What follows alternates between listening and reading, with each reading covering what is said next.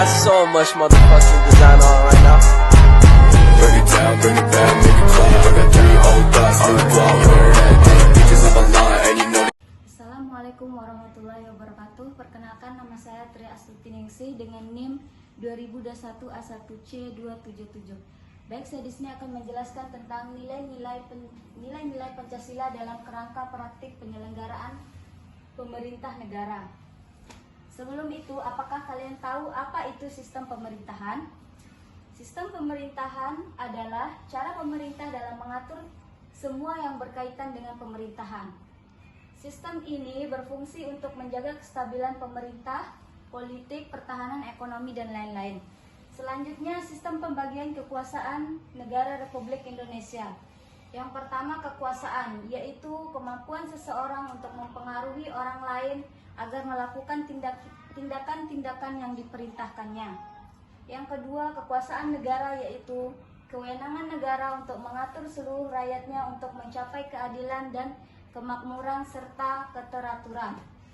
Selanjutnya, kekuasaan menurut Johann Locke, yaitu kekuasaan negara dibagi menjadi 3, yaitu kekuasaan legislatif, kekuasaan eksekutif, dan kekuasaan federatif. Kekuasaan legislatif yaitu kekuasaan untuk membuat atau membentuk undang-undang. Dan selanjutnya, kekuasaan eksekutif yaitu kekuasaan untuk melaksanakan undang-undang, termasuk kekuasaan untuk mengadili setiap pelanggaran terhadap undang-undang. Dan yang ketiga, kekuasaan federatif yaitu kekuasaan untuk melaksanakan hubungan luar negeri. Selanjutnya, kekuasaan menurut Montesquieu, yaitu yang pertama kekuasaan legislatif, dan yang kedua kekuasaan eksekutif, dan yang ketiga kekuasaan yudikatif. Selanjutnya, pemisahan kekuasaan yaitu yang pertama, kekuasaan negara terpisah-pisah dalam beberapa bagian, baik mengenai organnya maupun fungsinya. Dan selanjutnya, setiap lembaga menjalankan fungsinya masing-masing.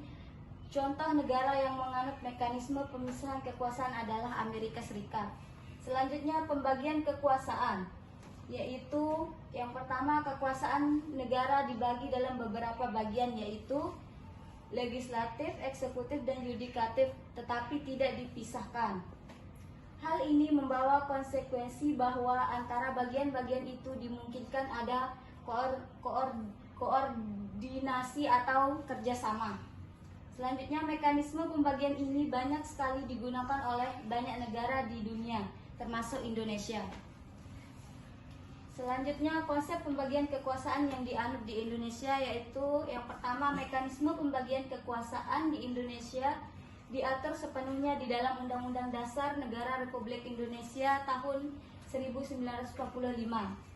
Selanjutnya, penerapan pembagian kekuasaan di Indonesia terdiri atas 2 bagian, yaitu pembagian kekuasaan secara horizontal dan pembagian kekuasaan secara vertikal. Yang pertama, pembagian kekuasaan secara horizontal yaitu pembagian kekuasaan menurut fungsi lembaga-lembaga tertentu, yaitu legislatif, eksekutif, dan yudikatif. Berdasarkan Undang-Undang Dasar Negara Republik Indonesia tahun 1945, secara horizontal pembagian kekuasaan negara dilakukan pada tingkat pemerintah pusat dan pemerintah daerah. Yang pertama, pemerintah pusat yaitu berlangsung antara lembaga-lembaga negara yang sederajat seperti kekuasaan konstitutif, legislatif, eksekutif, yudikatif, eksaminatif, dan moneter.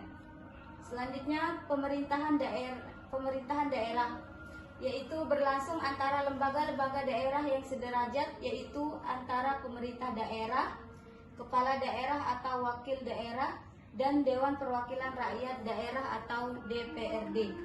Selanjutnya, pembagian kekuasaan secara vertikal.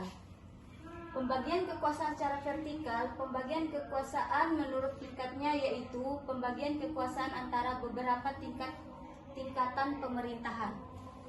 Pasal 18 ayat 1 Undang-Undang Dasar Negara Republik Indonesia tahun 1945 menyatakan bahwa Negara Kesatuan Republik Indonesia dibagi atas daerah-daerah, provinsi, dan daerah provinsi itu dibagi atas kabupaten dan kota, yang tiap-tiap provinsi, kabupaten, dan kota itu mempunyai pemerintah daerah yang diatur dengan undang-undang.